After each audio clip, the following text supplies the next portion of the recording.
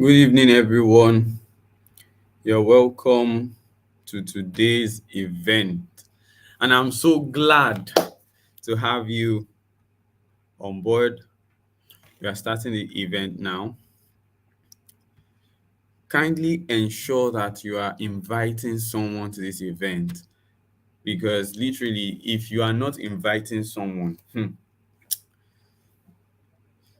we want to say a big thank you to Leap Africa and BSG International for sponsoring this International Youth Day celebration. International Youth Month was August, and it's been a celebration season, a season to help young people realize that there's much more to their lives aside from what they have been doing or what they know. So it's really, really, really, really an opportunity to steward this this great movement. My name is Emmanuel Olumayo Wakilani, and this is the African Youth Development Group platform.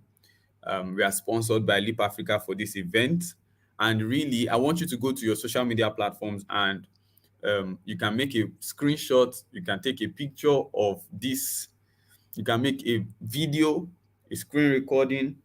But please, I want you to give a shout out to Leap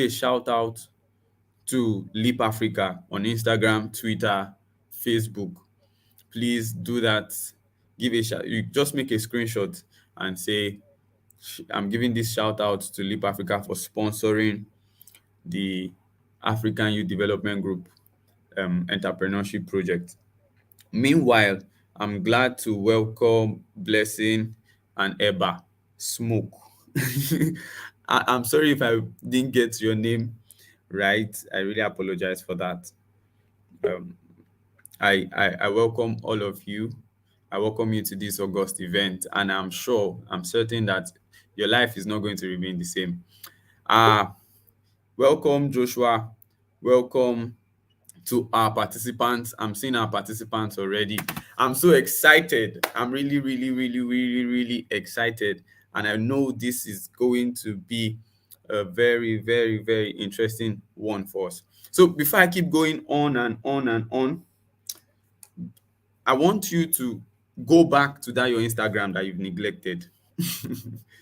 Go back to your Instagram, go back to your LinkedIn, go back to your Facebook, and just tag us, tag Leap Africa, tag our speakers, tag Mr. Johnny Binosa. You can also tag me. Just use the hashtag SDG12. Now, I would explain that even as we go down the line. So, really, what is the African Development Group trying to achieve with this project? The African Development Group is a platform that ensures the sustainability of young people in Africa, sustainability, especially economically. So we focus on the economic development of young people and we ensure that we teach, we breed, and we establish these young people to be able to stand on their own and to contribute to the Africa of our dreams. I want you to, wherever you are, say, Africa can be great. Africa will be great. Africa will rise. It's a belief system that should be ingrained in our hearts and in our mind. So we are going to be going into the first session for tonight quickly. And let me just give high level. We are going to be having a business speech, 5 minutes each for each participant, and they are all going to be cutting away our wholesome $400. And then someone was asking that $400, what is Naira rate and the likes? I said, don't worry, calm down, say calm down.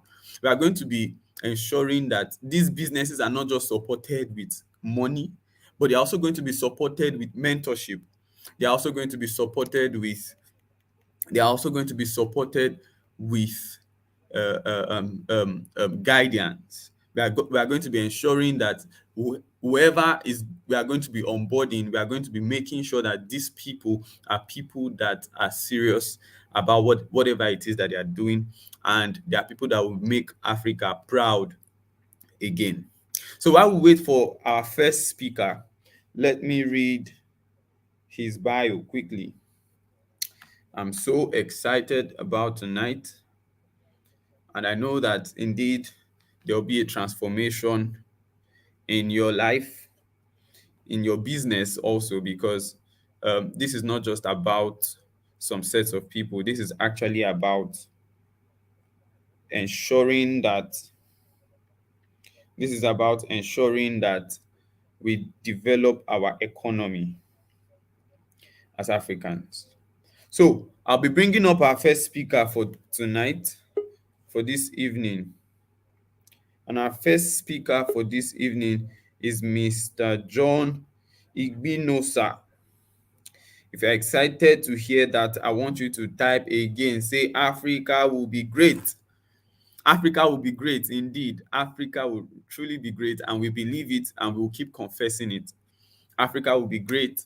Africa will be great. The economy of Africa will rise again, and we will be able to stand seeing that we have raised a generation of young people who are able to represent this continent in several, places on the earth. So we've done a lot of advertisements, we've done a lot of publicity just to bring you here. And now that you are here, we are ensuring that this program is a mastermind for you. So let me introduce Mr. Johnny Binosa. Mr. Johnny Binosa has used real estate as a tool to help people make millions without risking a dime. He has seen real estate transform the lives of players globally, and that is why he's passionate about selling it. In over 12 months of engaging in the real estate space, he has handled over 1.5 billion in property sales, and he is happy to tell you that that he is ready to usher you into financial freedom. Mr. John Igbinosa is the co-founder of Kodu Realty and Escort Realties. Mr. John Igbinosa has been an entrepreneurial trailblazer for a very long time now, and we are excited to have him on this show. As I said, on this show, yes, it's a show. You are welcome. Can we welcome together with me Mr. John Igbinosa, please? Okay, so hi everyone, good evening. My name is John. It's a pleasure to be live on the call this evening. So if you can hear me, please just kindly use the comment section and let me follow the order. Africa will be great. Can we do that like really quickly? So that I can I can tell if I have an audience following me this evening. Africa will be great. Okay, so amazing. All right, so good evening, everyone. My name is John. I work with Codul, and I'm excited to join the call this evening to share my story, my entrepreneurial journey, how it started for me, and where I am currently at today. The conversation for tonight is one that I really like so much because this poses a view around what I currently do, and which is entrepreneurship, developing scalable products for global relevance, developing scalable products for global relevance. So, first of all, I would like to tell you a little bit about myself as I then step into what I have to discuss tonight. Guys, the African market is an emerging society that would make a lot of people crazily rich if they know how to utilize the opportunities that are in this market. If you have noticed, a lot of people, particularly emerging entrepreneurs, you see that most of their major businesses happen in this place, while they now use the international community as a place where they scale what they're doing to a much larger audience. And the reason is very simple. The reason is because Africa is just emerging. Most of the world's economic changes that happened, they happen in a less competitive and just growing spaces. For example, if you look at how Donald Trump was able to build his wealth, Donald Trump actually built his wealth with the New York City. And when you read about the New York City, you realize that the New York City was going through a lot of economic issues at that point in time. And it was that which everybody, right, were concerned. How can Donald Trump build a stellar apartment or stellar high rise in a place where there are lesser jobs, right? In a place where the economy is so terrible, in a place where people are saying they can't eat, they can't survive, and all of those things. Why does it feel like people are launching businesses, right? And I mean, why does it feel like this guy is going to build a luxury in the middle of a financial and economic depression? Why does it feel like Donald Trump was still going to set up that massive structure regardless of what was going on? Right? And it is a very shocking reason. And I'll tell you why. Because economic downtimes are places for economic liberations for only the very selected few. So you will discover that in the middle of the extremely turbulent challenges, a lot of financial giants will rise. Let me use a very critical example. So I saw that a report came out sometimes 2 days ago into the market, and I would like to read that. Now, the report says that, I'm coming, just a minute. Let me check because I saw this on somebody's status. So the report was talking about the numbers of persons that consume the alcohol within the space of 6 months or so. I'm trying to get that data, right? Because it's something I really like to talk about. Okay, you It have was an answer. Okay? Yeah, it was 559.1 billion. Exactly. In how many months, sir? It was, I think, in 6 months. I can't confirm that, but I saw the figure. I need to confirm that. It's very important. And I don't know how I practically forgot that, right? Sorry. I need to confirm that. Um, yes, just a minute. Exactly. In 22nd of August 2022, guys, Nigerians spent over 550 billion on alcohol. And you say there's no money in Nigeria. Ah, guys, it determines the record or the information that you are trying to listen to. I'll give you another example. An Asian woman bought from a friend of mine properties worth over, the lady bought, I think, 400 and something acres of land. Total land mass that this person bought was about 3,600 plots of land in Ibadan. If Nigeria has a problem, then the question is, why are people still coming? Then the question is, what news are you actually putting your mind to believe? What information, what knowledge, what news, what report, what record are you actually conditioning yourself to listen to? So, this now brings me to talking about the opportunities that are basically available. And based on the theme of this program, which says that developing scalable products for global dominance, I am going to talk about how to be sustainable in the business of the future. And that is my topic for conversing this evening. How to be sustainable in the business of the future. Ladies and gentlemen, entrepreneurship is the greatest solution in economic downtimes. I mean, if you're listening to me and you want to build a life for yourself, though I am not disregarding job security, right? That's why it's called security. It is the only thing that is secured. It is a job security. So for those of you who think that job security is the prime on your list, I don't have a problem with that. But I'm talking about the very little numbers of persons who intend to be outliers in their industry of concern. How do you build a product that transcends and outlives you as the founder?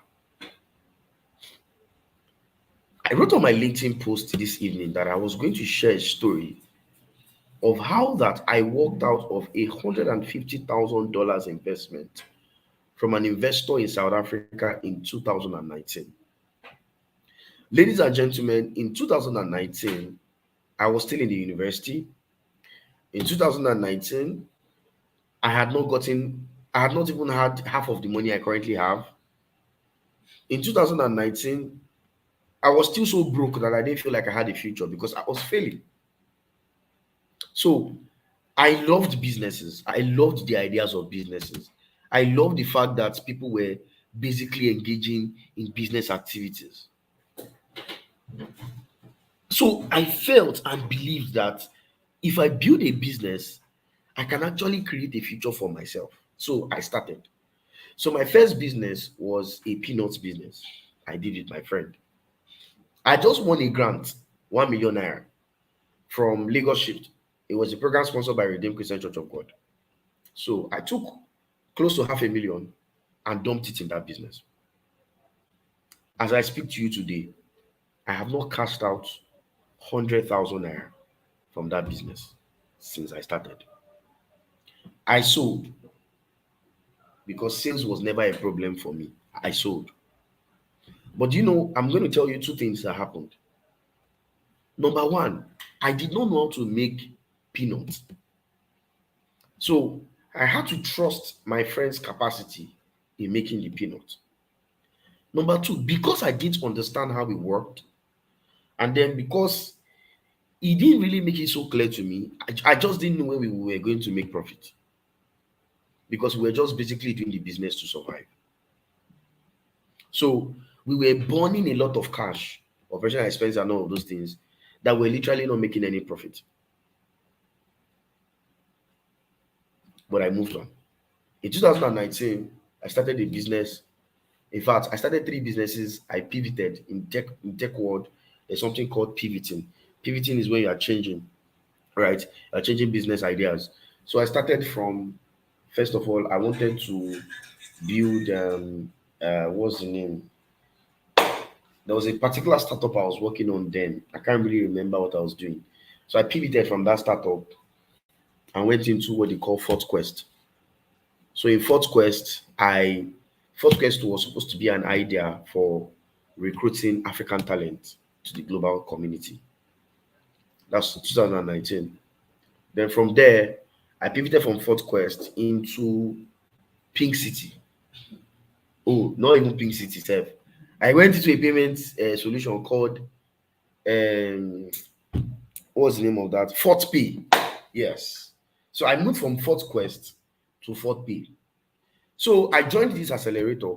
I would have been very rich, honestly, if I didn't waste my money trying out ideas. So that was even way longer. Self. I've actually failed in a lot of businesses, and it will interest you to note because right now in 6 months we have built a business portfolio worth over 2 billion in 6 months, right? Of launching the businesses we're currently working on as I speak to you right now. So I think I'm qualified to share with you my failure stories. So I launched this program called Fort Pay, and then it was supposed to be a payment solution, right? So I moved on, and my co-founder then suggested that I did an event called Pink City, where people come, and it was more like a social interaction event. So I went into a debt for that Pink City. I spent almost half a million, rented hall, paid for the hall, paid for a lot of things. The event came. It was nice. It was really lovely, honestly speaking. As in, we got engagement from people, but it was not sustainable. Pink City was the second business that was making money but was not sustainable. Number two. Guys, listen and listen very carefully because what I'm going to share with you tonight will actually change how you see money. Because many times, if you want to build a scalable product, not a surviving product, you need this number one thing that I'll be sharing with you tonight. So, fourth pay came, and I went to an accelerator in India, right? And it was running normally and all of those things. Then we found an investor that was going to invest $150,000. Right now, if you check out $150,000 at the moment, $150,000 multiplied by then, the naira to dollar was still around 360 something, right? So it was roughly, and that was then when our money had value, not now, because now 1,000 naira is already like 200 naira right now because of inflation. So $150,000 multiplied by 365. Then it was supposed to give me 54,750,000. If I collected that money, God knows I would have become a rich boy today with somebody else's money. So I sat down to ask myself that, do I really have a product vision for this thing I'm intending to do? There are two things I'm going to teach you guys tonight when you are trying to build a product that lasts. Number one is product vision. So I asked myself, can I really sit down to tell where this business was headed? Guys, my businesses were making good money. Pink City didn't give me money, but it gave me leads, it gave me traction, it gave me opportunities. People were really interested, people wanted to be part of it. The peanut business was making good money. But if you notice it, guys, something was consistent in the three chains of businesses that I failed woefully at. You know what it is? It was product vision. I was too myopic with the fact that money was coming in that I had no idea to tell where this product was headed to. And if you don't know where you are going to, that is the beginning of your failure. So, I am a good salesman. I can sell you anything. But I could only, it was only just the temporal surface of hyping. You know, when a salesman picks something to touch it, right?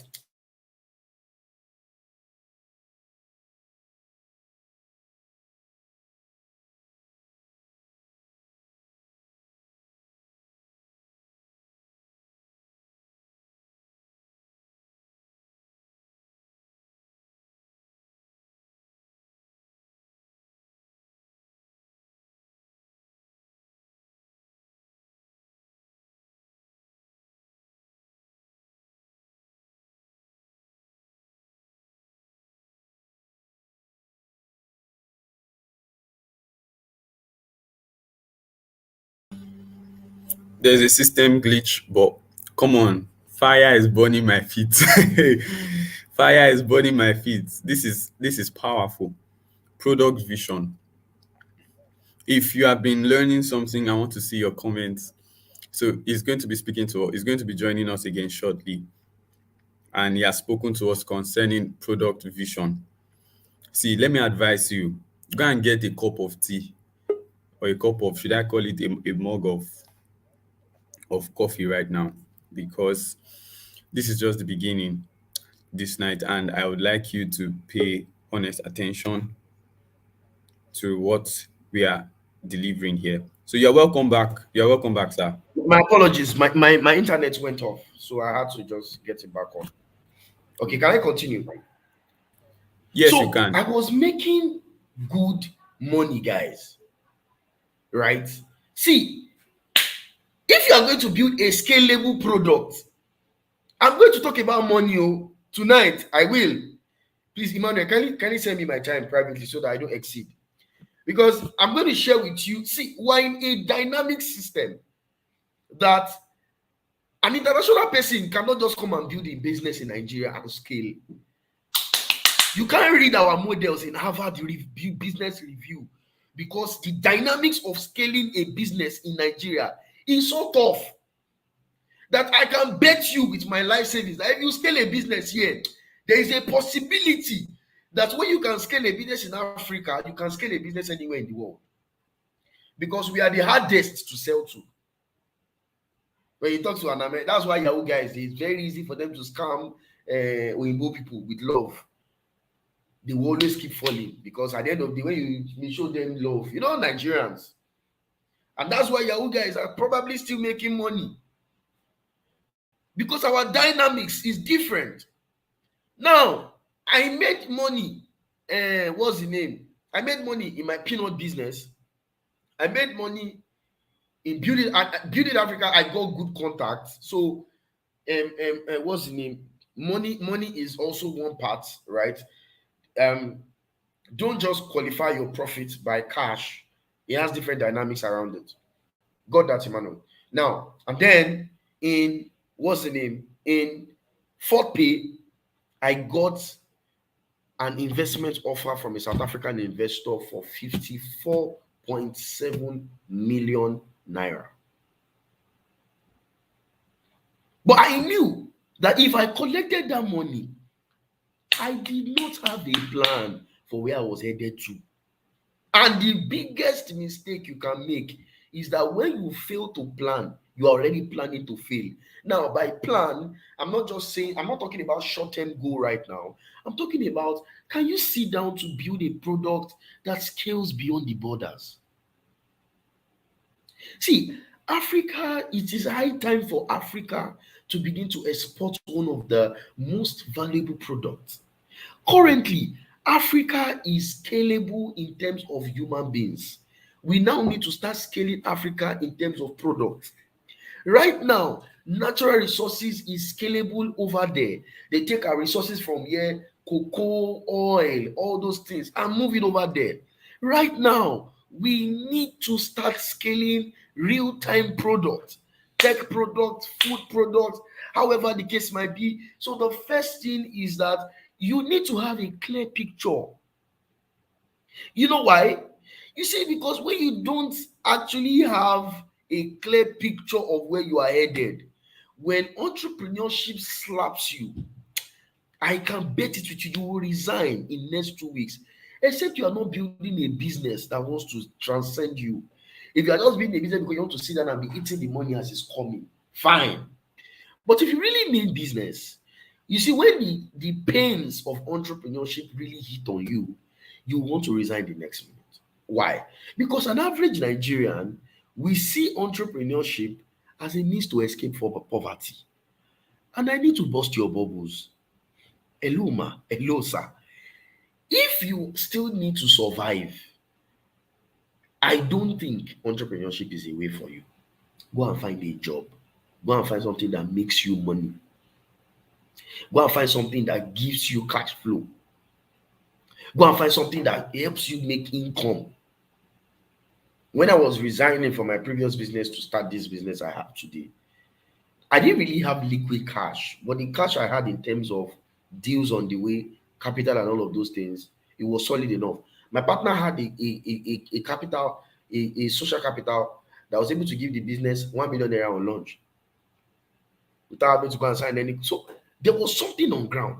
But the first thing, I mean, if I'm going to start talking about entrepreneurship, how to have a scalable product for global dominance, is a really long course, right? So pick me as I'm moving. So the first thing is that you need to have a clear picture. So where do you see your business headed next 1 year, 2 years, 5 years, 7 years? What can you see yourself doing? And by product vision, you need to ask yourself, how can I craft this business so that it is a business of the future? If you are listening to me right now, friends, may I tell you or may I ask you that regardless of what you are trying to build that you call a business, please make sure that your business is a business that can live in the future. Make sure that your business is a business that people can keep surviving on, or else you can be out of market in the next minute. If I were to be talking to tech people, I will literally tell you, never build a feature as a startup, because if a bigger startup integrates your feature, you are dead. You see a lot of people, I mean, Yesterday, myself and my partners were trying to review a partnership with one of the global firms in Africa, right? And after I began to, right, relook at this whole process, I discovered that it was too difficult to actually integrate our startup as a feature. And I'm like, amazing. Then we are doing a good job. So the first thing you need to have is product vision. How can I build a product that will serve the global economy? And please, in your dynamics to look for the global economy, right? You are starting from where you are, but start from where you are with a picture of where you want to be. So you see a lot of people that have big vision, big dream, big plan, and then you are starting too big that you can kill yourself the moment you have one fall. So the first thing is, what product vision do you envision for your brand? Why do you think that the iPhone is a phenomenal product? Why do you think that the what's the name? Most of the products you see today that are living, breathing, and existing. Why do you think that they are still there? It's because the product vision is so clear, right? Apple came and said with the iPod, 1,000 musics on one device. At those period in time, there was nothing of such a thing that was existing. So you need to sit down, craft yourself. Don't forget, I'm not talking about small business. What the topic that they asked me to discuss is that they said developing scalable products for global dominance. So I'm talking about a product that will still start in Nigeria, but will leave Nigeria and serve the global economy. So it means that you need to ask yourself, where is the future of XYZ industry heading to? So I'm asking myself, if we are building Cuddle, and ladies and gentlemen, Cuddle is a property ownership platform. For those of you that are thinking of owning properties at this age and you don't have all the chunk of money, right? If you type on Cuddle Realty on Google or whatever, you find us there. Now, how does it feel like, right, to actually be building something that will be obscene or will be out of shape or form within the next few months from now, within the next few years from now, within the next few weeks from now? So you need to ask yourself, where is the world headed to? Right? Now, another thing you need to also ask yourself is, where is the money headed to? Somebody say don't follow the money. Yes, I know. Don't pursue the money. Yes, I know. But please follow the currency. What is money? Money is a currency. What is currency? Currency is a flow. Follow the flow, because that is where your money is hidden. So people are talking about XYZ, the world is going to talk about ABC tomorrow, and then you are still there following the old fashion because you think within your head that, if I keep following a passion and whatever, profit is going to meet me. Well, ladies and gentlemen, right, I have actually suffered a long time. And when I was launching this product, apart from a clear vision of where or the problem I wanted to solve, I was also asking myself that, where can I make money? Because business is primarily for profit. Yes, you solve the problem. At the same time, you gain the profit. But you must also take into cognizance that if you have a vision of the problem and no clear vision of the profit, you are not running a business, you are running an NGO. You are running a non-profit organization.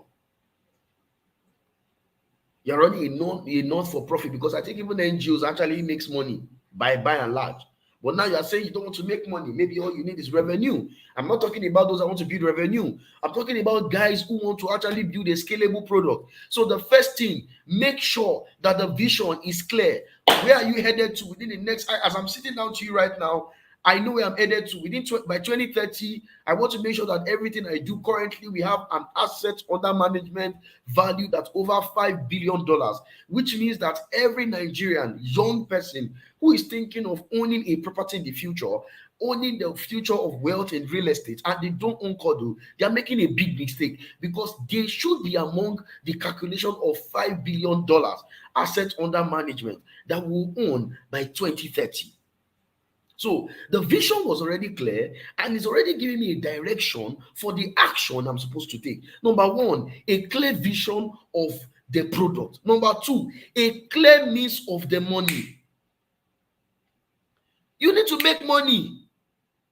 Don't go into business because you think that, oh, when I solve the problem, the money will come. Excuse, sir. When you're going to meet an investor or you're going to meet a business person and you're talking to them, the first question they ask you is, okay, this is the problem, right? Number two, the solution. Number three, the target audience. Number four, how do you make money? So it has to be clear. So sit yourself down and ask yourself, okay, how can I make money from this product, right? Now, when you have a clear picture of how can you make money, please let me just add this as number 2B, right? Look for patterns in your industry that has built what you have built and build a vision that is hitting their target or exceeding their target. For example, you are listening to me, you have a clothing brand, right? The vision is clear. This is what you envision for your clothing brand, right? Amazing. You have envisioned that. Number two, how do you make money? It's already clear. Okay, if I buy the product at 10 kobo, when I buy it at 10 kobo, I will do this one and this one at 2 naira, 2 naira, 50 kobo, and at the end of the day, I'll sell it for 5 naira, which means that the projected profit will be XYZ amount, right? Which means that if this is the projected profit, you already know what you're targeting. And that's how I like to do myself. I'm a sales guy. When I need 100 million or 10 million or 5 million, I'm asking myself, what can I sell very quickly to make me that money? Because you're in business to make money. If you don't make enough money to survive, you die. And that's why a lot of businesses are dying. Because you're not making money. Motivation is not business. This is not for profit. This is business. You are here to make money while solving people's problem. You are not a not-for-profit organization. So you're asking yourself, how can I be sustainable? How can I make money? So sit yourself down and ask yourself, do you have a clear path on how you can make money?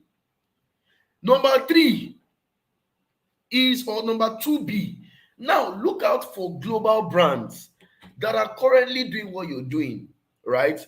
See what they have hit and ask yourself, how can you pursue yourself to get to that point? Then number three, and I might end in number three or number four. Number three, sell like your life depends on it and your business will die without it. Because actually, your business can die without sales. Can I say it again? Sell like your life depends on it.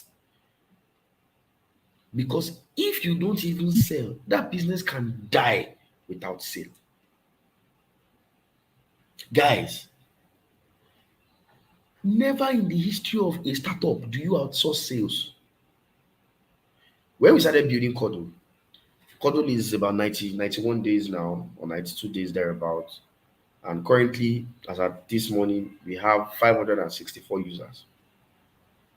Now, when we started Codle, right, before we launched Codle, we created enough noise around Codle without spending zero cost on ads. Guys, we didn't spend 0.0 kobo on advert. On the first day of launch, we got 10,000 visits on our platform. Not 1,000, not 2,000, not 5,000, 10K visits on our platform. Now, we knew that we were launching something dynamic in the market. I mean, how does it feel like you are buying a property from as low as 20,000, 200,000, and 2 million, and then you can earn rent for life? Right now, I am saying that Joshua can actually put 200,000 in one of our properties in Ikate in Lekki here, and Joshua can actually earn rent 4 times a year from a property, and he still owns the property. The first thing we already knew that would come in is that a lot of people will be objected against it. People will say, no, no, no, how does no, no, now this is one, this is another Ponzi scheme. Nigerians have come again. How can they tell you that you buy a property in Lekki for 200K or 2 million naira? How can I tell you that you have a house in Lekki for 2 million naira? How? So we were prepared. We knew that objections were going to come. So we sat down and told ourselves that we are going to sell this thing to a point where we don't need to keep selling, but it's selling itself. As I speak to you right now, there is no day that sales don't go on. Even if I don't post on my status for 2 days, people keep registering every day. Now, we have not gone far. This is just 90 days. We have not even launched our Godfather strategy that we intend to launch later this week. But we are still scaling. Now, people are already reaching out. It's like you are trying to switch on a generator, right? So you are trying to sell today. You have not made your first sale or your second sale. Guys, keep on selling. Keep pushing it. I wish there was enough time. I need to round up within the next 4 minutes. Keep pushing it. Keep pushing it. Keep pushing it. Right? Keep pushing it. Keep talking to people about your product. Keep believing in your product. Because at the end of the day, there's a very high possibility that if you don't believe in the product you sell, that is the first way to lose out on it. So there's no assurance that if you launch a product today, even if the product is solving people's problem, there's no assurance that that product will sell. I'll tell you why. See, good products does not translate to sales. If good product translate to sale, then God will not need an evangelist to go and preach the gospel. Jesus will automatically save people himself because God is a salesman. But if God and the devil can need a salesman, then that is to tell you that if you are not selling, you are joking. You are actually wasting your time. I tell a lot of people a lot of times that salesman is not a position, it's a way of life. We are all called to sell. You are trying to convince your mother to do something, you are selling. You are trying to get a lady to say yes to you as a guy, you are selling. You are trying to talk to Jesus and say, God, how far? Negotiate together. God, if you bless me, I will do XYZ. You are selling. You are trying to negotiate to God why you need to take an extra night out to go and smoke weed and sleep with a lady that is not your wife. You are selling to God why you have to follow the devil. Everybody is selling, whether or not it's a product that brings you cash. So if sales was not important, ladies and gentlemen, God would not need a salesman. God needs a salesman. That's why you have pastors, you have evangelists. In the Islamic religion, you have Afar, you have Imam. Because God is not the person that can do it himself. He needs to duplicate his thought pattern, his processes into people. So you go ahead and see. Pastors are selling him, evangelists are selling him, youth leaders are selling him, imams are selling him, what's the Alpha are selling him, all of them. Even the devil has ambassadors. So if the devil can recruit top quality, beautifully looking, classy, lovely, amazing, sweet, lovely people to sell for him as salespeople, then why do you have to look like an idiot because you're trying to sell a product?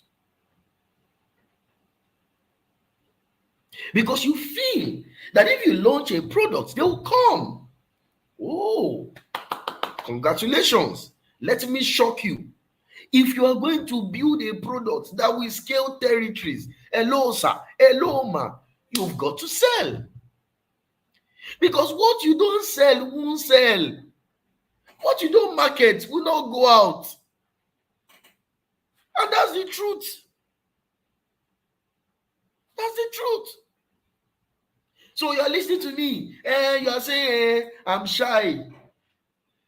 I'm going to share you a story, right? Before I leave this call, it was one of my early sales journey in the real estate market.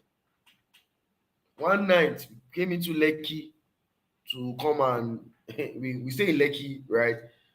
So myself and my partner Fabian, you can also follow him online on LinkedIn and all. He posts amazing content, Fabian George. So we went to what's the name?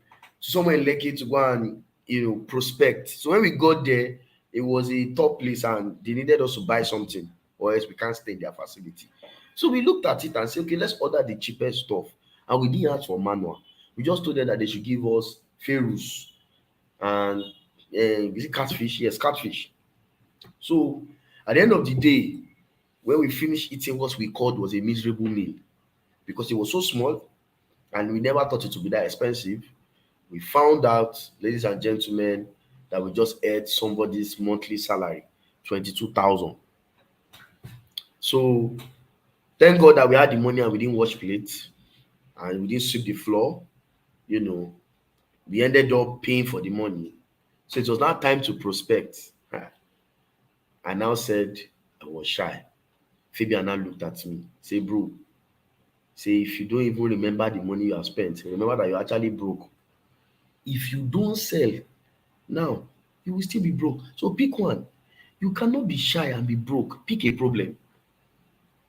And that's the truth. There are so many of you here, you say you have a shame. Shame is catching you, or something is wrong with you, or this is happening to you. Excuse me, ma. If you have not sold, or if your mom needs 2 million naira for an operation and she was going to lose her life in the next 1 hour, won't you beg? If you have the energy to beg, please, what is stopping the energy to sell? So when you're coming to ask yourself, I should say this one, this one, this one. If you know how to come to me to actually beg for money, then what is stopping you to sell? So I can come to you and say, bro, I mean, how many of us has experienced this before? Where somebody comes to you and say, bro, I beg. I know they even say, I don't say I dey beg you for money. You say this book, I beg me buy am. If you buy this book, na which I fit see chop be that. And inside the book, some people just buy it out of pity. Ah, wow. And at the end of the day, he has sold one, he has sold two, he has sold three, he has sold four, he has sold five. There's one last story I want to end with. I remembered that Fabian used to share. There was this stammerer that wanted a job. And so the stammerer went around to go and sell to people. And then he got a job, and the place he got a job was a Bible selling business. So I finally got the job, and then he went door to door, he was knocking. So when he got there, he said anytime he goes there, he tells them that, would you like me to read the Bible, or you just like to buy a copy of it? And so you know how a stammerer can speak. When he already has spent 7 minutes of your time trying to tell you one sentence, at the end of the day, because you want to quickly exit him from your place, what do? You buy it off, right? And then he moves away, right? That is what happens every day. Ladies and gentlemen, people are buying every day. The problem is they are just not buying from you. So it doesn't mean that there's no money. If people can actually spend 500 and something thousand to buy drinks, alcohol, then it means people are buying. The question is, if they are not buying from you, then something is wrong with you. I hope that at the end of this treatment that we have had together, with the other treatment that the speaker of tonight and the representative and all of them would give tonight, I hope that you will be healed from being shy, being broke, and I hope you will open your mouth and begin to sell. Because no matter how good your product is, if even if you have the best product, never forget, the best product never wins. It is the best marketed product that will always win. Don't forget, the best products never win. It is the best marketed product that will always win. Thank you so much for your time. Oh my God, this is powerful. I want you on in the comment section to please give a virtual round of applause to our speaker. This session has been a real treatment, and I really am I'm full. So here's what we are going to do quickly. I don't know if our speaker will be willing to take one or two questions before he leaves. So would you be willing to take a few Yeah, questions sure, from? sure. All right. Thank you so much, sir. So if you have questions, in the next 2 to 3 minutes, I would like you to just drop it in the comment section, and um, we are going to we are going to make sure to ask immediately. Meanwhile, major takeaways from the conversation, I could see some of us dropping messages, dropping nuggets. Please, you can also share nuggets on your social media platforms. Follow Kodu Realty, follow Johnny Binosa, LinkedIn, Facebook, Twitter, Instagram. Also follow Leap Africa, follow African Youth Development Group. There are lots of valuable stuffs that you can get just by following these brands. And I'm sure that when you follow Mr. John, you'll be treated for life. So any question before we um before we call it a night? Okay. Let's I think I'm seeing a question from here. Does anybody have a question you want us to address? All right, I think I have one question that I'd like to actually ask. So my question would be, in in starting a business or in building a business, you've said many amazing stuff that actually um, are very vital. But the question would be, for a young person who wants to build a global brand, because that's what we are looking at. For example, a maybe somebody who is a caterer who sells food. Now, this is particularly peculiar to Africans, and let me say Nigerians. Any country you go to, we are still going to ask this question again, but I just want to get your take on it. Now, any country you go to in the world, you always find a Chinese restaurant. You always find an Mm. Italian restaurant or a Mexican restaurant. They've been able to build their their product to a point where it has gained so much dominance anywhere, and you pay premium price. What are the steps that you think we can take, for example, using that sector that produces? What are the steps you think that sector or that industry or other ones that, for example, people who produce iru, locust beans, it is very underplayed. They don't even know that when they work on their product, and this, how do you think we can work on our local products to be able to ensure that we maximize production and limit importation and limit those things that actually affect us? Okay, so first of all, right, I need to talk about the context of globalization, right? You are not a global product, you are not a global company because you are present in another country. Do you understand? You are a global company because you are serving a global market. That's the first thing we need to understand.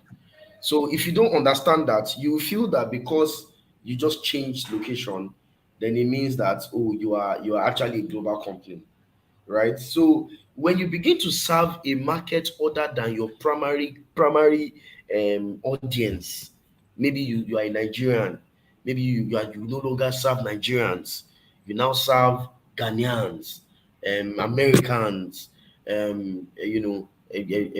English people, French, and all of those stuff. Then you can say you are a global business. That's number one to actually start with.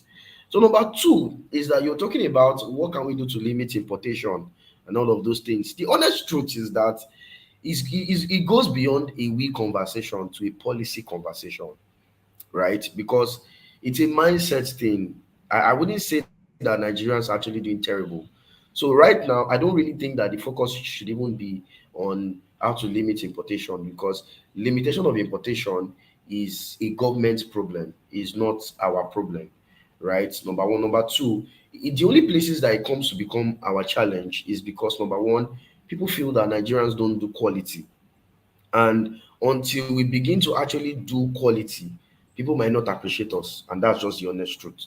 Number two is that we don't sell ourselves enough Hmm. as Yeah. Nigerians. We don't, you see a Nigerian person that cannot even spend money on quality ads. You see a Nigerian person that feels that it is religious to be basic. I mean, we go to businesses and then we are being too basic, right? So Nigerians need to actually start selling ourselves as really quality persons, people of esteemed value, people of substance, and all of those things. Because at the end of the day, nobody can actually sell you more than you rate yourself. So if you want to rate yourself that big, you have to create the hype around your product, right? One of these days when Codul actually really grows the level we want it, right? We share some of the secrets that we have used. But one of the things that we do in Codul is we don't joke with marketing, because we know that no matter how good your product is, it cannot sell itself. The best marketed product will always win. So I think those are like the two major areas I think is very important for us as individuals to leverage. Thank you so much, sir. Thank you. Very insightful question. Someone asked a question here. How did you make the noise about Kodu without paid ads? I think that's what she's trying to say. Okay, amazing. So first of all, we already had an email list, right? We talked about our brands everywhere, so we got people to register on our email list. As at the time we started, we before we launched our brand, we already had close to 45,000 email lists that were getting our emails like every time. I mean, so it was already enough noise that people really wanted to know about number one. Number two, our own personal contact and and friends of friends. We're able to leverage networks with people. I think we got about 20 something people that actually were talking about Kodu, posting about Kodu, and all of those things. So our personal network also we leveraged into that when we were going live, because Kodu was practically a nobody when we started, right? It was when we started that started gaining the traction that we see. And even till today, somebody even called me and I felt I was not doing marketing well. A very close friend of mine called me and she's like, she's just seen that I actually launched a brand called Kodu. She didn't even know that there was something called Kodu until she saw us on TikTok. And then I was shocked. Really? So before we went live, right, we already were on social networks. We're talking about what we do. We're on Facebook, Instagram, TikTok, Twitter for almost 3 months before we even went live. We're already posting, talking about ourselves, posting content like we're already existing. So people need to understand that in as much as you place more credence on your product, you also need to place more credence on your marketing, because your marketing will actually increase your product engagement. Thank you so much, sir. We are indeed grateful for this very insightful nuggets and tips. And I believe that for somebody who is part of this, you are not just here just because you heard, there is a grant somewhere, but you've really been transformed by the words. In fact, if this alone is what you leave here with this night, I'm telling you, is worth it. Is worth your time. Is worth everything that you've committed into this. And we cannot say thank you enough, sir. We are Yeah, really grateful. So, there's just one last thing I would really like to say, right, about the possibility of the African market very shortly, which is never a time, like, has there been more opportunities to actually build a solid business in Nigeria, right now. So I think it's very important that we are careful of what we listen to, right? In as much as we're trying to be current, we're trying to be very current and updated with news. We need to understand that one of the things that is important as a business person is what we allow to feed our minds, right? So you know yes, I know that the economy is this, yes, I know that the economy is bad, and this is not religious, this is just basic, right? The media many times is just a structured means of content that feeds the public. It's just like the way CNN doesn't see anything positive about Nigeria. So my advice for a lot of young entrepreneurs is get yourself in communities of people that can encourage you, like the African Youth Development Group, right? Connect with people, connect with the founders, connect with the owners. That's how to grow your network. Some of you say you are shy, you don't have friends. Here is one friend. Emmanuel is a friend. You can connect with him, right? Emmanuel has people, friends of friends, and from there, as an entrepreneur, your greatest tool is your network. I wish you guys all the best. thank you so much, sir. Have an amazing evening. Appreciate Take, it. yeah, take care. You're welcome, Deborah. I can see your comments. Adiola Taiwo, you're welcome too. Temi Tokwe Ajala, you're sincerely welcome from here. We are moving forward, forward. they always say that the end of a thing is the best part of it, right? So we are going to be seeing some people come up to pitch, and then you, the power is in your hands. You pick. You are going to pick who you who we have independent judges watching us right now, and I can tell you that this is going to be. I'm going to bring up Mr. Oladimeji Isaac shortly. So we're going to be having conversations still on the same topic. It's going to be conversational, right?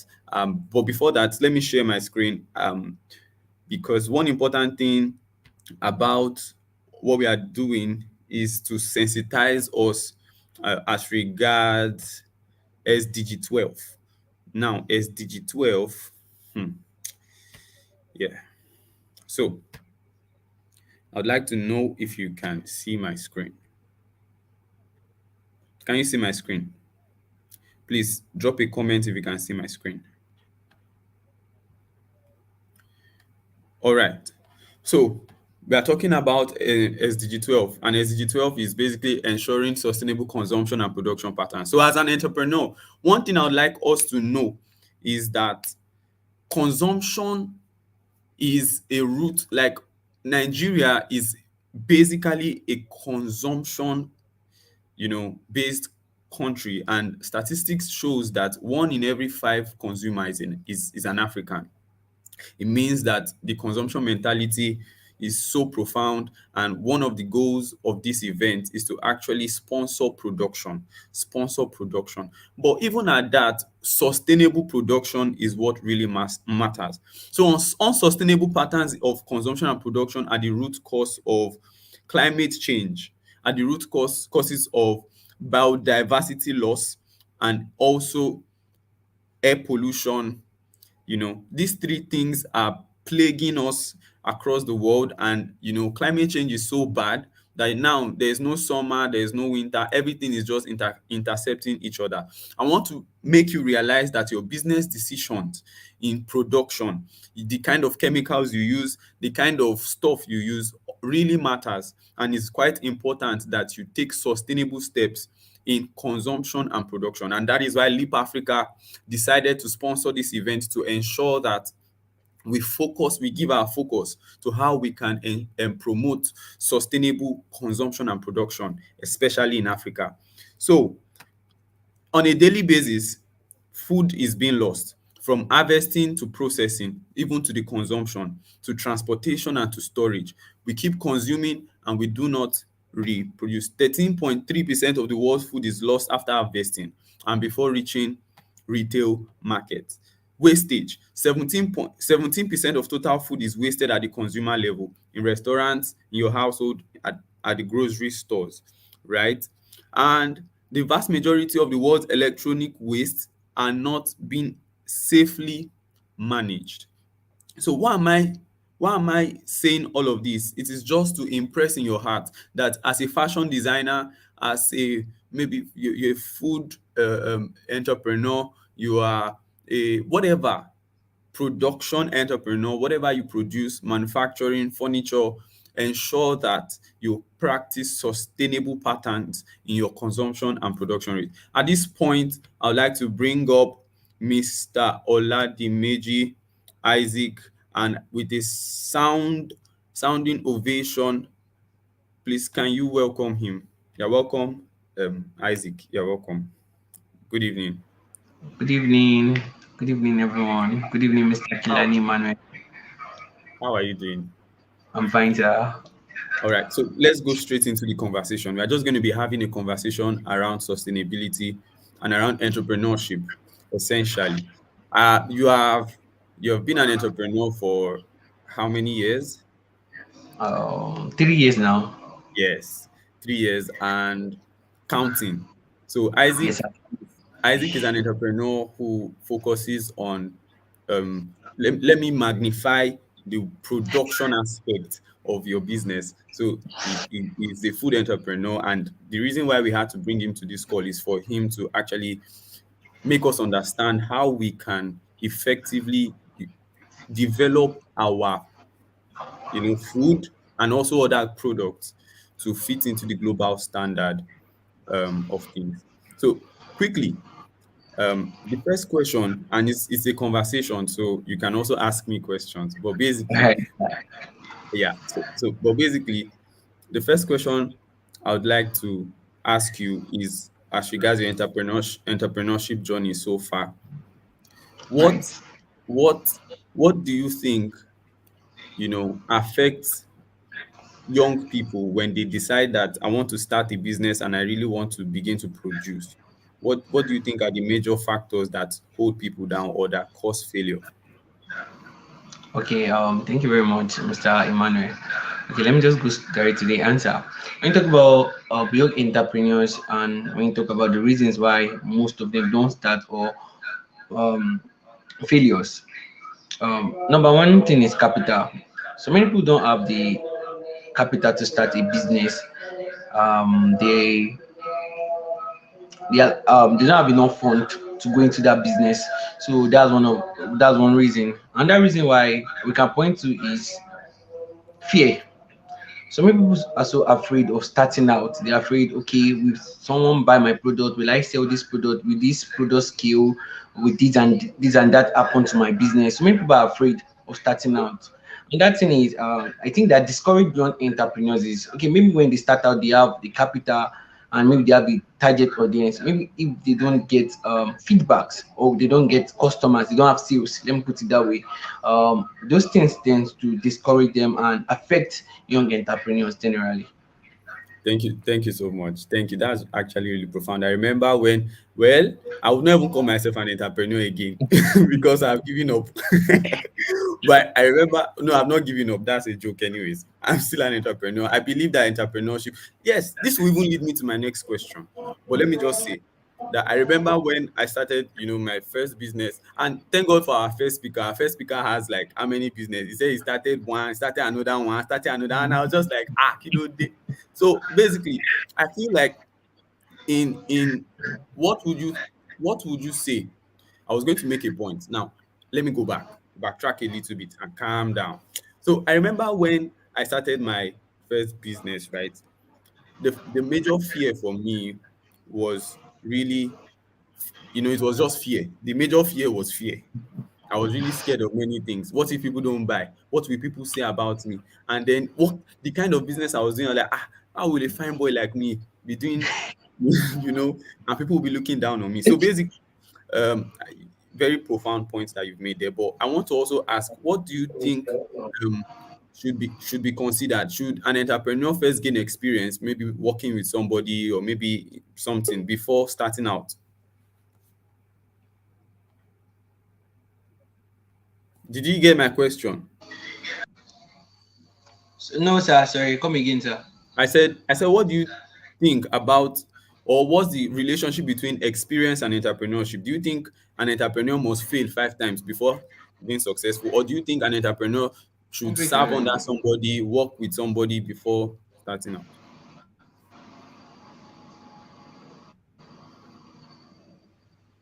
It's a lie. I think we're having a bit She of, might not touch like no. I think we're having a bit of a network problem here. However, so let me see how we can She resolve might not that. touch like no. All right. So why before he joins us, basically we're talking about experience, right? Let me just talk about my perspective. Now, my perspective to entrepreneurship and experience is that first and foremost, we must understand that everybody is an entrepreneur. Calm down. So everybody must, of necessity, possess an entrepreneurial mind. Like what Mr. Johnny Binos has said to us, right? He made us understand that you are selling, whether you are trying to talk to a lady to marry you, you are selling. Whether you are trying to convince your mom to do something you want, you are selling. So everybody is an entrepreneur. Now, there is a difference between potential and a refined gift. So for you to be able to refine your gift, you would never know what you are capable of unless you start. And it's not like you now start on a large scale. Yes, we know that the journey is to global dominance. But however, our goal is to develop local products to become global products. So let's say you are making bags, or you're an event manager, or you sell jewelry, whatever kind of products you sell. The major goal for you is to start from where you are, build from where you are, but ensure that you have a global mindset. You're an entrepreneur not just because of the money, like Mr. Johnny Binosa has said again, but you're an entrepreneur because you possess an ability to solve problems. The basic unit of life for entrepreneurship is the ability to solve problems with the intention, of getting profit. Because a businessman or an entrepreneur gets profit. Without profit, you're an NGO. I think Isaac is back. Okay. So without profit, you are an NGO. So quickly, we are just going to move. Let's take. Okay, I think he's back. Ikuto. Welcome back. Sorry for the delay. Sorry, sir. Yeah, so we are listening to you. Sorry, please. I can't hear you. Can you hear me now? Can you hear me now? No, sir. And you are saying no, and you cannot hear me.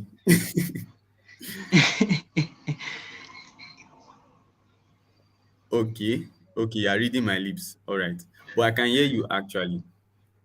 Maybe you should increase your microphone or something, or leave and come back. All right.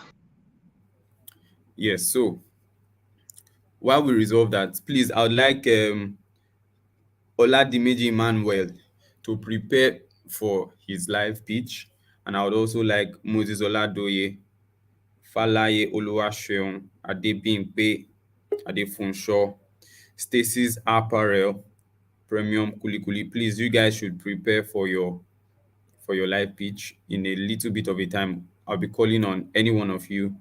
So prepare your documents, prepare everything that you need now. Yes. So we move. Is Isaac, are you back? Yeah, All right. I can hear you now. All right. Thank God. So the question was, what is your take on entrepreneurship and experience? Would you say that there's a role experience plays in entrepreneurship? That is, should people first, intern in a place, work for somebody before starting their own business? Okay. I feel for me, I feel one of the things you need before you start out a business is for you to gain experience. Because we've had a lot of people telling us that experience is the best teacher. Because when you learn from someone, you won't make same mistakes again. I know this generation, a lot of people want to be a pioneer of a particular thing. They want to just start. Do you understand? But me, I feel you should learn from people. If you can learn from physical people, like if you can learn from people physically, then go online.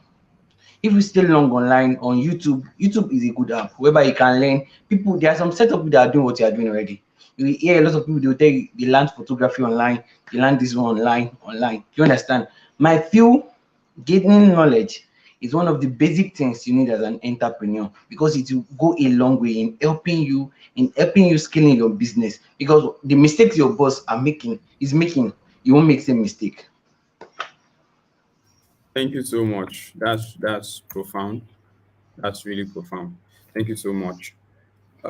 I feel we should give our entrepreneurs a little time to give their pitch, right? So please, entrepreneurs, if you are listening to me, there are some ground rules. What you need to know is you have 5 minutes. Number one. Number two, if you have you can share your screen or share your slide for your presentation. Number three, we have independent judges watching you, so they are going to be grading you. And finally, I want you to understand that give this your best. That's what I'll just say. And I wish you good luck. So I'll be starting with Adebimpe Adefunsho. Adebimpe,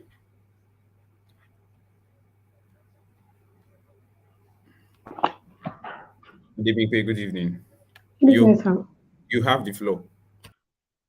Good evening. My name is Adebimpe Adefunso. I'm a student of Tertiary University of Education, and I'm presently studying counseling psychology. But based on the strike, I'm still at home presently. And I'm an entrepreneur. I'm into fashion design, and I make tie and dye. So one of my tie and dye work is what I'm putting on, and you can also check my page on Instagram. I have a few things that I've posted. Then I've been into this for probably, let's say 2 years now. And one of the major goals is to have my own fashion brand where I can make turn and alongside I make fashion outfit for people.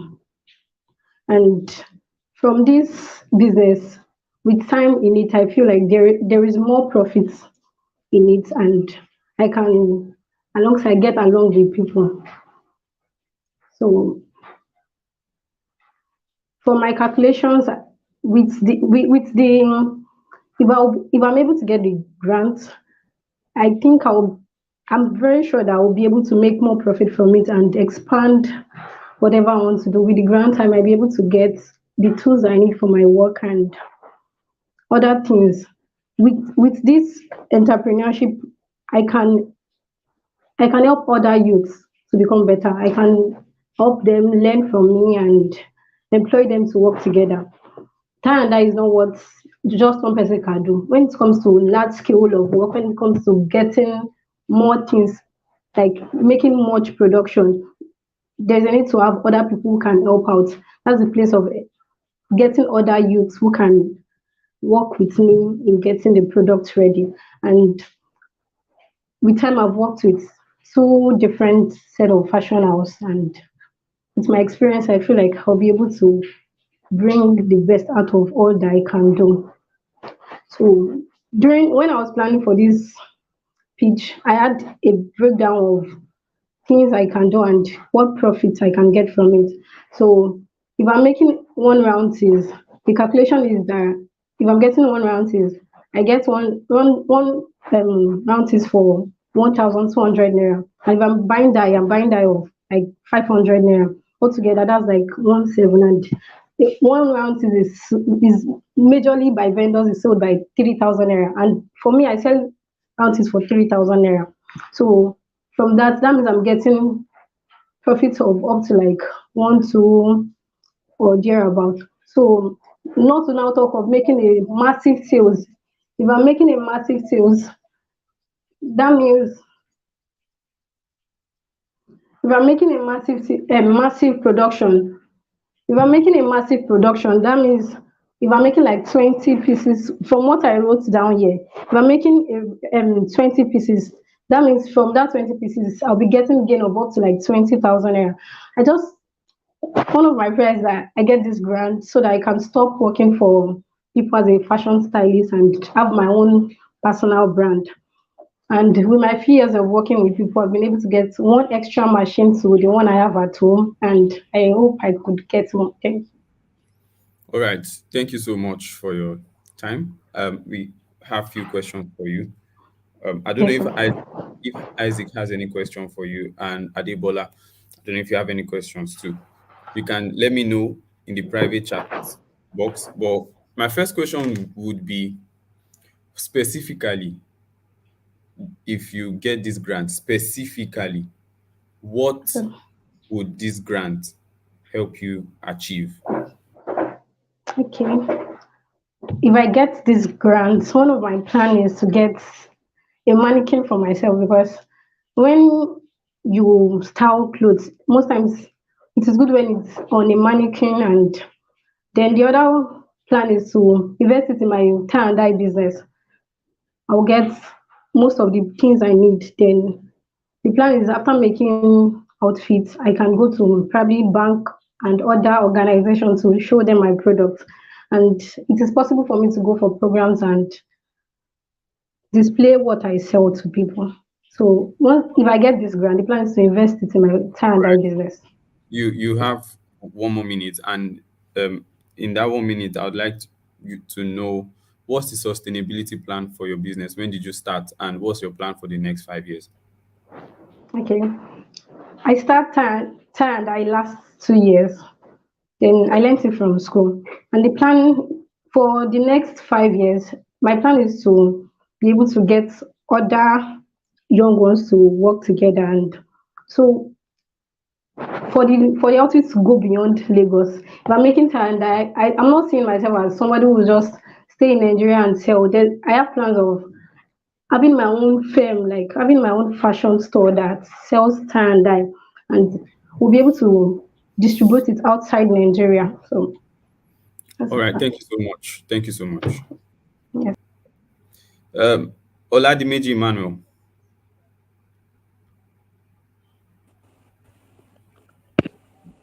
Oladimeji Emmanuel, you have the floor.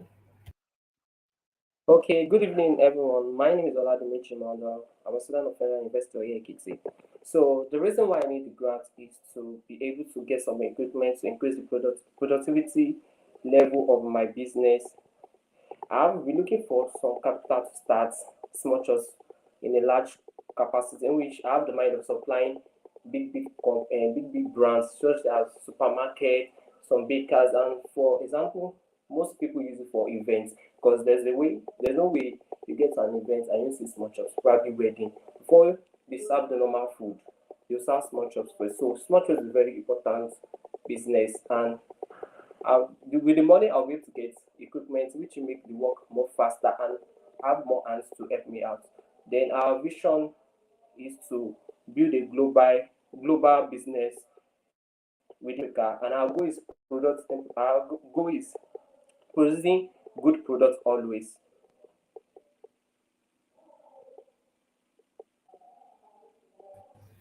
All right. All right, thank you so much. Few questions. If you were given 100,000, what impact will you have on your business? What if I'm If you were given 100,000, what impact will you have on your business? Yeah, with the 100,000, I want to get equipment which make the work faster because small shop is something you have to produce in mass and it takes time. So with the equipment, there's a special machine for producing it. So with that and also some equipment which make it faster because branding too is part of it in which I'll be able to package it and do some brand in which I'll be able to, because I noticed in my area there are stuff kind of to farmers like it's not really attractive. So one of the reasons I want to do that is just to make things more attractive to customers. So when they see it, they'll be like, wow, this is a nice stuff. And for them to be able to buy All right, thank you so and much, to Emmanuel. have more customer or people. Thank you so much. One more question. We still have about 2 minutes to go. So one more question would be your business. Um, how inclusive is your business plan? Now, what I mean is this: are you considering, you know, um, attending to the sustainable development goals? What impact is your business going to have on society aside from profit?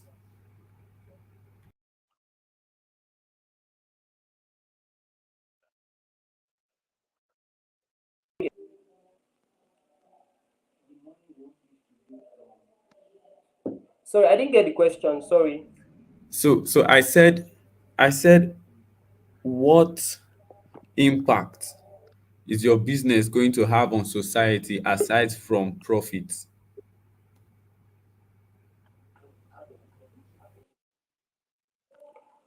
Okay, one of the main reasons of getting to business is just out of the profits is used to support less privilege, in which is a way of reaching out to people because the Bible says, "Give and it shall be given unto you."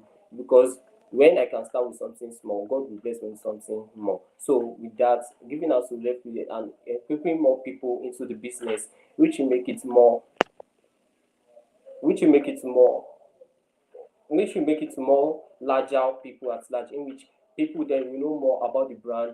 In case we have people from, we can supply to different states, Lagos, Abuja, so stuff like that. All right, thank you so much. Thank you so much, Emmanuel. I wish you the best. Falaye Oluwaseun, are you ready for us? Hello, Oluwaseun. Hello. Yes. Good evening. Good evening. You have the Okay. Good evening. My name is Fale Oluwaseun. I'm a young, upcoming entrepreneur, basically, from this part of the world, known as the Giant of Africa, Nigeria. So, basically, I'm into pillow making. We have some of my products here. You know, make both singular, making sets for sleeping, driving, etc., etc.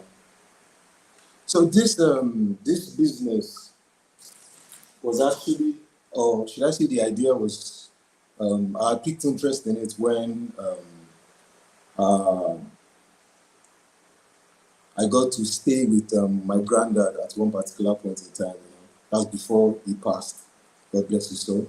And he suffered from a lot of muscle pains, bone aches before he eventually passed. And looking at the studies and everything, studies say that 80% of people worldwide suffer from back aches, at least at one particular point in their lives. Then I realized that a lot of people sit long hours. As at 2020, studies showed about 66.7% of Nigerian graduates got employed. So it means it's one of two things.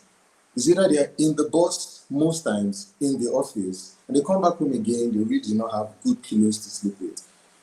Quality and value is one of our major, or these are the key words that we hold on in at Indolis NG, which is my business. Indolis is Latin for quality. That's how I came about the name. As of right now, Indolis has a system, a working system, because of my experience in the Nollywood industry and in the influencing industry. I've been able to get influencers to help push the brand to a certain extent. Because of my experience in real estate and architecture, I've been able to draft interior plans, for the pillows. I do 3D models of the pillows, to get a particular vision of what I want my pillows to look like, or in case orders come in. And from customer reviews over time, the business is about a year old, and on customer reviews over time has proven that our pillows are actually quality and they're soft. Very soft pillows. With this grant, I'll be able to expand my horizon, reach out to more people using both digital marketing, as our boss has said initially, Mr. John, using the social media platforms, reaching out to more people. I used, okay, let me just cite this little story. There was a time where my dad called me. That's when I started the business. He was like, his pillow has collapsed. That can I help him do anything to fix his pillow? It's affecting his back. Then I opened up the pillow and I started checking it, fixing it up and everything. And I saw a label and picked it out. And it turned out that the name on the label was that of Vitafoam. Then I looked at it and I said, if Vitafoam is making this kind of pillow, I can definitely do better. I will definitely do better. And I am doing better. I hope they have no representatives here. Sorry, were you able to hear me?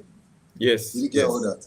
Exactly. Yes. And just like you have behind you, I can see pillows there. Exactly. It's just that pillows are actually very important. And trust me, they are overlooked. Every house I step into, the first thing I do now is I check their pillows. If I'm opportune, I check their sleeping pillows, and I realize that a lot of people are actually sleeping with stones. Trust me, Nigeria is hard, and you're sleeping with hard substances. How? Thank you so understand? much. Thank you so much. Yeah. Two questions. Okay. Firstly, you said your business is 1 year old, Yes, 1 year old.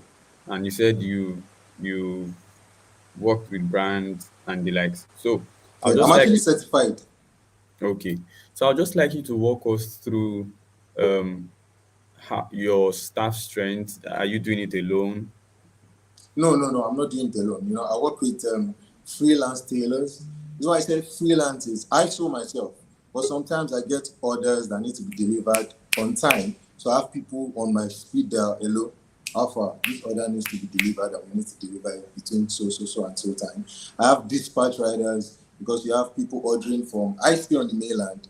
I have others from the island. So I can't, because of that, I'll fuel my car and start driving over to the island. So I have dispatch riders readily available. Hello, Alpha, there's a particular order. Start going down. You understand? Then I have influencers too, although most of them are colleagues, friends, which I reach out to occasionally. Alpha, just give me a little shout out, talk about the brand a little, make one or two videos about the brand and hype it. All right. I don't know if Isaac has any question for you. Isaac, do you have any question for you? Okay. Actually, looking at the business, I actually like the business because it's a business that can easily scale. You understand? I want to ask, how much is one? One. Okay. This plain one is going for 5,000. But All right. this, because it's everything you see here is hand weaved. I did it with my hand. So this is going for 10. All right.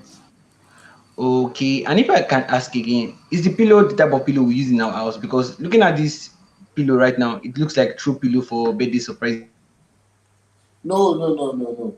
It's the way I package Mr. Isaac. I think I lost it.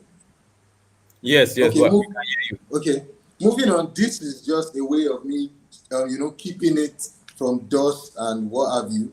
I have my branded nylons in which I used to pack the pillows, in case others come in. Okay.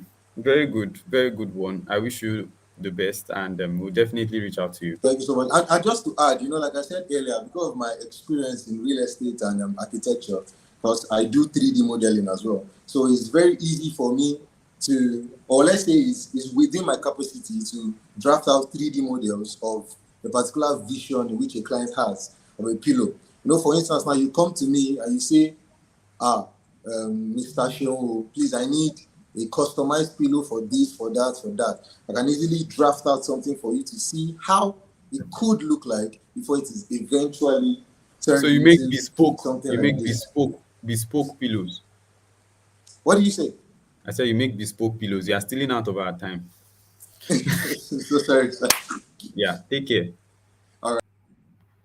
So, Isaac, let's have a little bit of small chat. Then we'll bring in the remaining people, and then we'll call it a day, right? All So, right. Okay.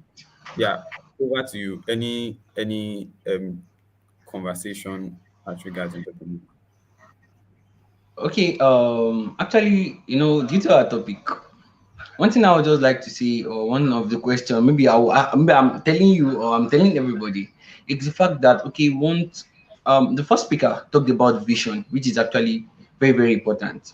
When you have vision, you will go far because you know where you are going, and then you move towards your vision each day. Even though the entrepreneurship journey is not an easy journey because it is tasking, frustrating, like it is only God that can help.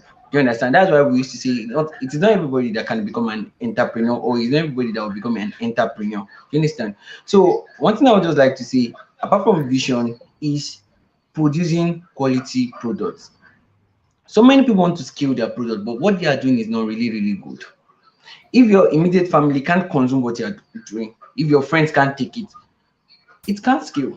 So that's one thing I've noticed with most young entrepreneurs and Africans at large. Having a good product, then having a good customer service. Because when you talk about global brand, a global brand is the brand that is popular, or that is likely consumed by different people in different parts of the world. You understand? Like Coca-Cola, like Diapas, Pampers. Almost everybody is using Diapas. Almost everybody is taking Coca-Cola. Do you understand? And one of the ways in which they scale to that extent is because their product is widely used.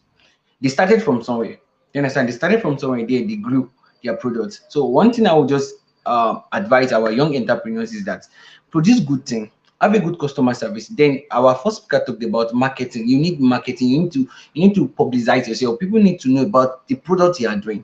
Once you know that what I'm giving out is good, once you know that my product is of a very is of a good quality, then market it out, let people know about your product, and make sure what you are doing is something, your product is something that can be used by everybody. For example, the lady making adire, you understand, is a fabric, is a clothes. If I mean the first person that puts, if she can actually build that business well, deliver excellence, then market the product. You just see in the next 5 years, the business can scale, and you just see that almost everybody is using Adire. Because, and if you look at the origin of Adire, Adire is a Yoruba name, and it's easy to pronounce. And another thing when you are scaling a product is that make sure your the name of your brand, the name of your business, is something that people can easily relate with. You can relate with the name of your product.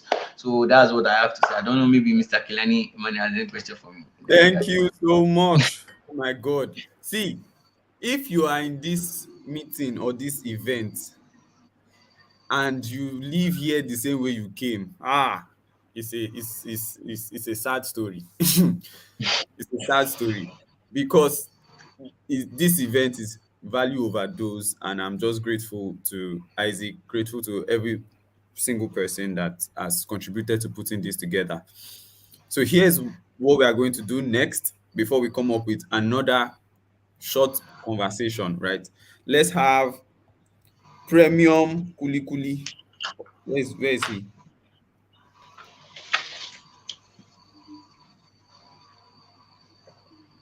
Joshua, Good you have evening. good evening. You have the Good floor. evening. 5 minutes. Good evening, everybody. My name is Joshua Babalola, and I'm a student of University of Ilorin. I run a small business called Premium Snack Foods. I initially it was called Premium Kuli Kuli because I started with selling Kuli Kuli in Ilorin, and when I started, it was actually unbranded.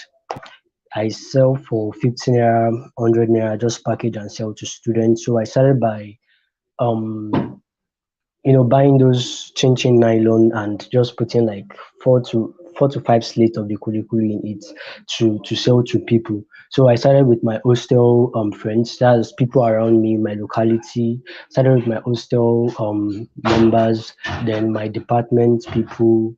Then from there, I started scaling the business like that. So at some point, so sorry. So at some point, I had to. I was able to scale the business. Yes, I was able to scale the business to the point I started selling in jars and in pouch. I was able to scale the business to the point I started selling in jars and in pouch, and I was able to put in the soft skills I've acquired online to put in the soft skills I've acquired online and open social media platforms for my brand on LinkedIn, Facebook, Instagram, and Twitter. And I started making videos for my brand to market the product I sell. And like this is one of the pouch of the kuli kuli which goes for 500 naira. I'm currently out of stock, and this is the empty jar for the 1,000 naira. Did the sticker, did the labeling, um working on a website for the brand, and then through social media, yes, through social media, always posting online, and getting referrals from people who have actually tasted the kuli kuli snacks, and they see how crunchy, delicious, and spicy it is. I was able to get a customer from London. She's a Nigerian, but she's a nurse in the UK, and she ordered for the snacks. So at the point, I lost my phone, I lost access to all my customers like for like a month. So by the time I came back, I was able to get the phone, and I came back online. I saw a lot of messages of customers that have been like pending orders, a lot of orders that has been pending, but I was unable to reach them because I wasn't connected with the internet or again. So I had to connect with them again, and I got an order from Switzerland. I got an order from the same London, the same customer that bought the first time bought again another 20 packs, which I'll be delivering next week. So I've been able to actually scale the business to that point. But the challenge I'm actually facing now, which is why I applied for this grant, is the packaging aspect of my brand, because there are sometimes I have to do delivery to customers like in far distances in Lagos, and it's not actually easy because if you are doing dispatch, you have to consider the type of product you are giving the dispatch rider to deliver for you, and this is something people eat, so it's very delicate, and you have to be careful of the packaging. So I don't actually have like a maybe sometimes I receive bulk orders. So if I'm like packaging something like this in like 5 or 10 places, like this is all there's no, how do I put it? Like the packaging for bulk orders of this or of this is actually very poor. So I'm looking at getting a like a customized carton that will be on the name of the brand, and also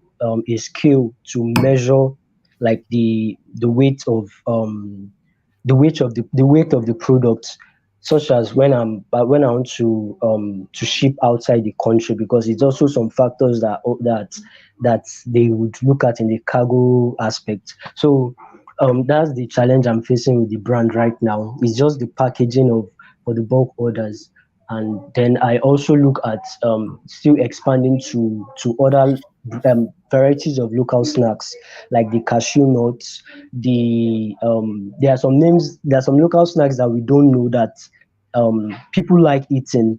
Yes, that people like eating, like not always pizza, shawarma, and all, but like local snacks like this kuli kuli, the cashew nuts, the coconut candy, kokoro, gugu, all those things like that. So that is what I actually do, just specialize in local snacks, and I'm looking to towards forward to scaling this business, making it a global brand. And since I'm already getting customers from abroad, Thank I'm you. looking at still like thank you, sir.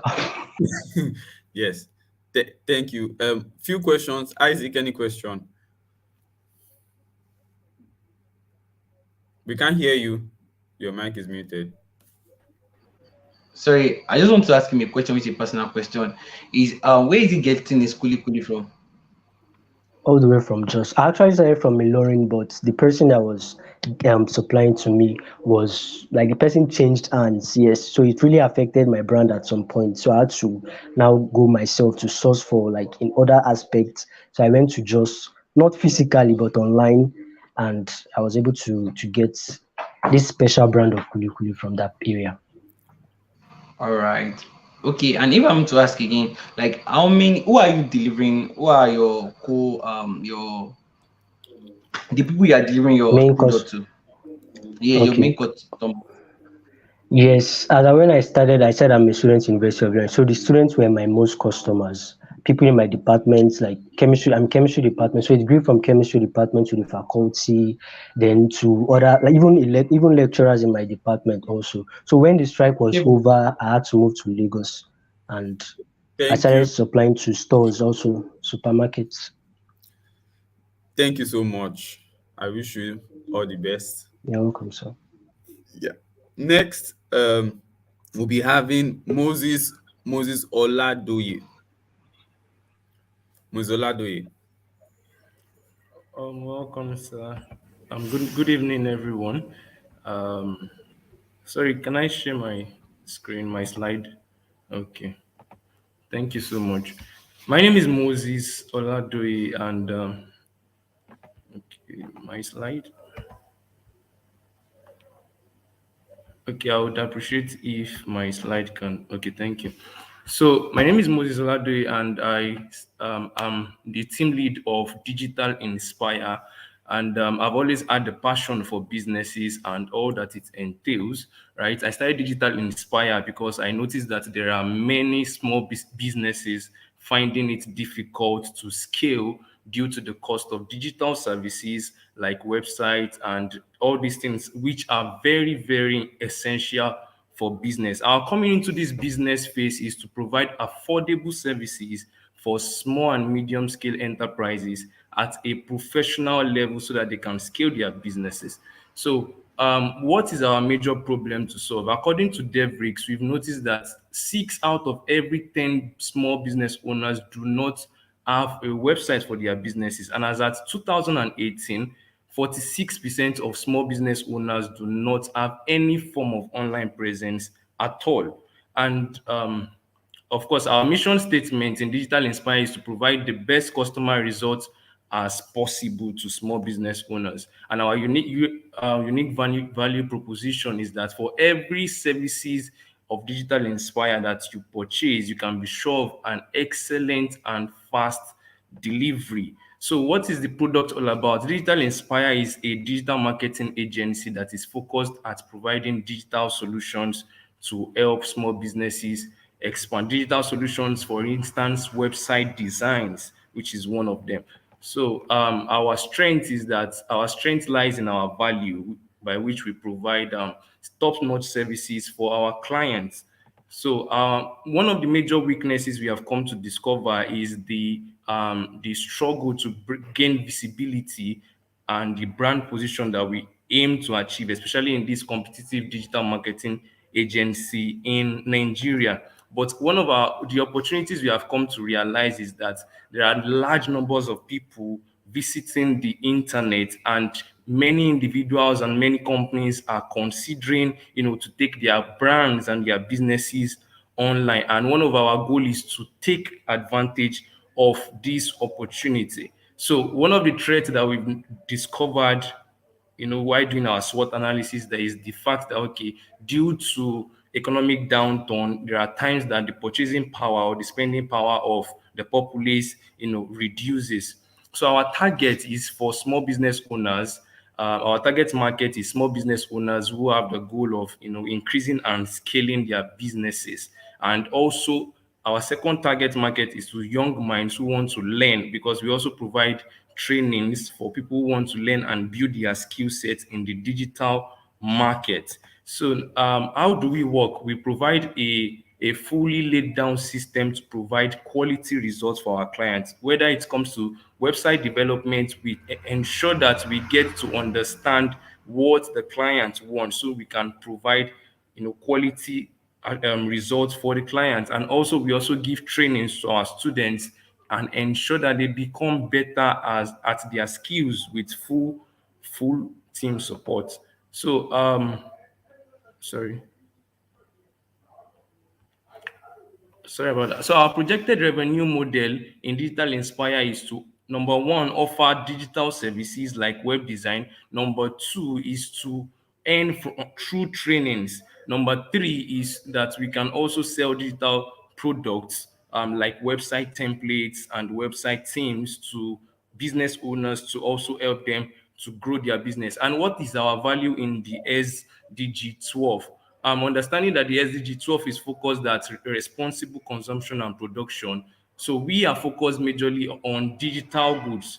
And then the target 12.8 of the SDG 12 is that it promotes universal understanding of sustainable lifestyle. So we at Digital Inspire, we focus on creating trainings and seminars for young minds on various digital skills, hereby fostering the ability for them to be able to now work from home, right? And hence reducing the need for regular vehicle movements, which causes pollution and affects the climate. And target 12.9 says that the support developing countries' scientific and technological capacity for sustainable consumption and production. So here at Digital Inspire, we've come to realize that, Nigeria being a developing country, we focus on producing digital services like website designs, which will help small and medium scale enterprises to have a more sustainable pattern of growth for their businesses. So, and how exactly will these grants help us? How will these grants help us? So, sorry, my screen. Okay, so how will these grants help us? Majorly, what we have decided to get more leads, which will eventually lead to more clients for the business. Hence, the grant would serve as an advertising budget, as we'll be focusing more on running Facebook ads to generate more leads for our business, hereby, hereby these leads becoming clients. Thank you so much, African Youth Development Group. Wow. Well done, Mr. Moses. Well done. Thank you, sir. Yeah, I don't know if Isaac has any question. All right. All right. It says no question. For me, I feel the most important thing is how your business relates to SDG 12, because SDG 12 basically is our major focus for this event, right? So, and you've been able to answer that. So, thank you. I wish you all the best. Thank you, sir. Thank you. Now, I think if there's anybody we've not called, okay, one last person, Stacy's Apparel. Stacy's Apparels, you're welcome. You have the floor.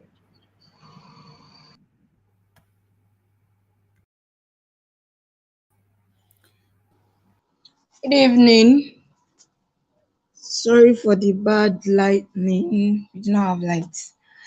My name is Ifoma Ugbaku Blessing. I'm a student of the University of Lagos, and I'm an entrepreneur that just started her business in April 24th. So my business became a reality due to the strike. Initially, my plan was to save up and learn jewelry making. I sell jewelries and learn jewelry making from scratch, like how to produce jewelry instead of selling ready-made jewelries. But then I realized during the strike that the money I had saved wasn't enough for classes. And I was like, okay, instead of just sitting down at home and doing nothing, I decided to start the retail um, business, which is another alternative for me. And for the past 3 to 4 months that I've been into the business, I can say that the business has been moving. But then the main reason why I said I wanted to make jewelries from scratch is because a lot of these jewelries I sell were either imported from China, Turkey. It was most of them aren't Nigerian made, and I've always wanted to, just have a business whereby Nigerians can probably wear jewelries that are made by their fellow Nigerians. And I believe this is an opportunity for me to bring that dream into a reality. And the resources needed for jewelry making, as we all know, is stainless steel. And Nigeria has the highest, um, grade of stainless steel. So making jewelries from scratch in Nigeria would not only increase employment opportunities, it would also encourage youth to, make use of available resources, right? Instead of, looking outside and buying, or rather, it's to actually reduce um, import rate, and that's all. Thank you.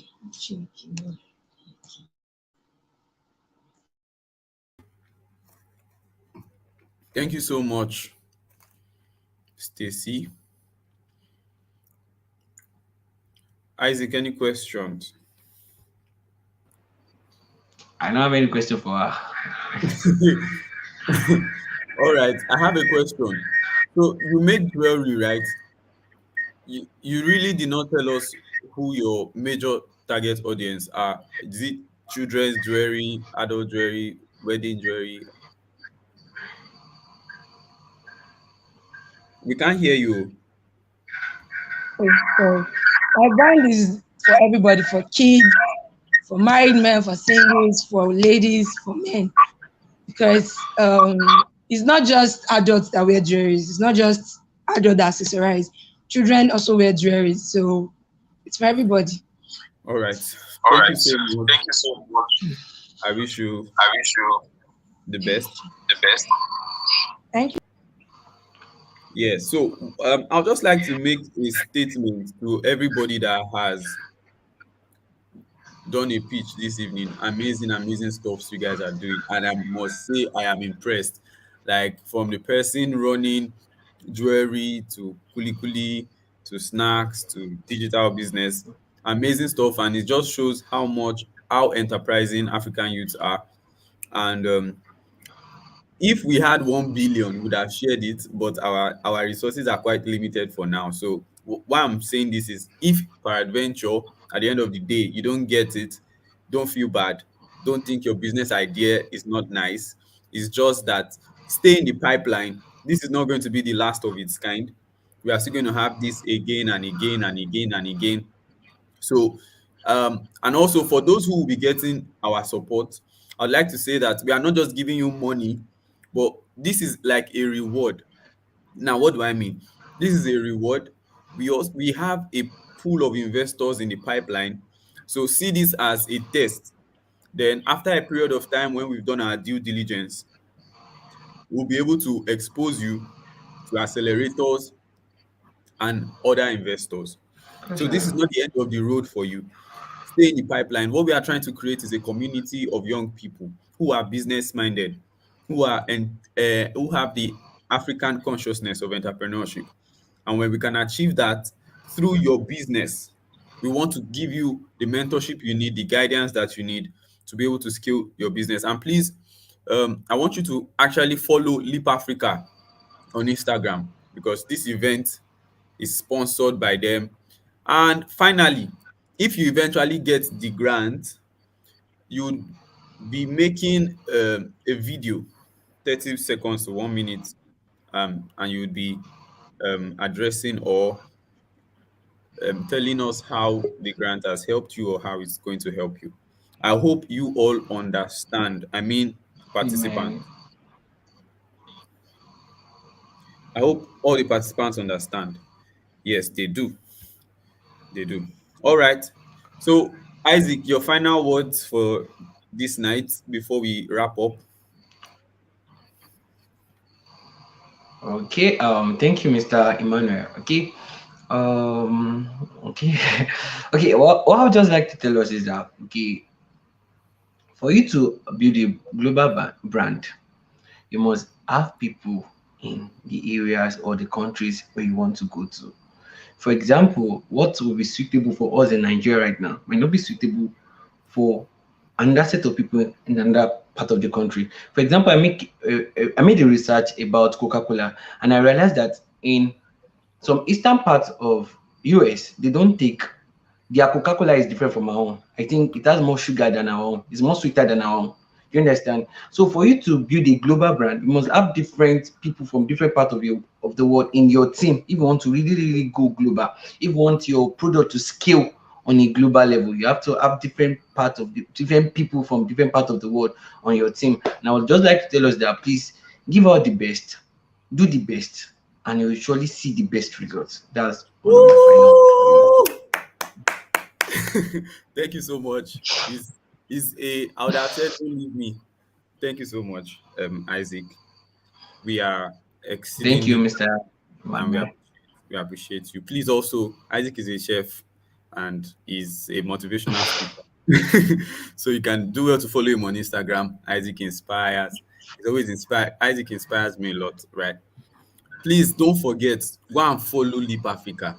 If you participated in this event and you are not following Leap Africa and you are not following African Development Group, we'll fight. You see me in your dream this night. Go and follow Leap Africa. Thank you so much, guys. My last You. something to just wrap up this conversation would be I believe so much in the future of the African youth. And I know that in our time, there would be a transformation in the economic, situation of Africa. But that depends on whether we are ready to take responsibility or not. So stop shifting the blame to another person. You are the solution that Africa is waiting for. Rise up and do something about it. Till we meet next time, next month, by the grace of God, we'll be having another edition of our conversation. I want you to please make noise about it for us. Ensure that you anywhere you go, tag Leap Africa, tag Leap Africa, make a screenshot. I'm not even joking. Make a screenshot now. Now, do it now. Make a screenshot, post it on your Instagram story, post it, tag Leap Africa, tag African Youth Development Group. Make that screenshot now. And please don't make screenshots that I'm looking like monkey. Oh. Make a fine screenshot, please. And please you can screen record, tag Leap Africa, and you can share what you learned this evening. You've learned a lot. You can share what you've learned. So, Oluwaseun, Joshua, Moses, Emmanuel, Stacy's Apparel, Adebimpe, Blessing, Michael, Promising, Deborah. Peace. Thank you so much for joining us tonight. It's been an awesome, Thank awesome you. time. It's not like I could not go, but we have to just go. Till we meet again, have a wonderful, wonderful evening. Take care of Bye. yourselves. Bye.